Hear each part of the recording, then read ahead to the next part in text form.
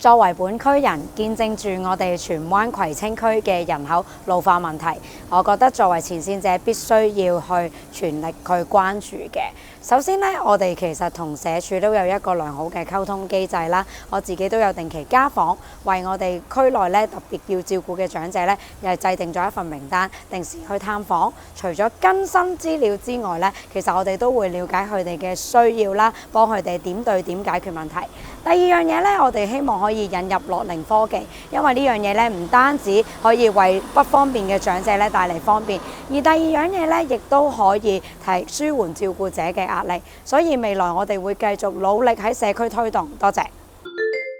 舊區重建係會為我哋嘅區帶嚟經濟效益，同埋有一番新嘅景象。據我所知咧，荃灣嘅重建項目咧，大會堂同埋咧大良子診所咧，亦都會納入喺計劃入邊。我哋咧都提倡希望大會堂可以起多幾層啦，增加多啲嘅表演地方咧，俾我哋嘅居民。同時間咧，我哋亦都希望診所可以加多啲醫生房，俾我哋居民可以診症，或者加入中醫服務，令到居民多一個選擇。呢啲都係為我哋社區帶嚟增值嘅服務，但喺前期點樣做好一啲對小業主又好，點樣對住緊嘅居民做好解說工作啦，必須要提高透明度，俾佢哋睇到未來願景，咁就可以做到重建又開心，跟住我哋居民又開心啦。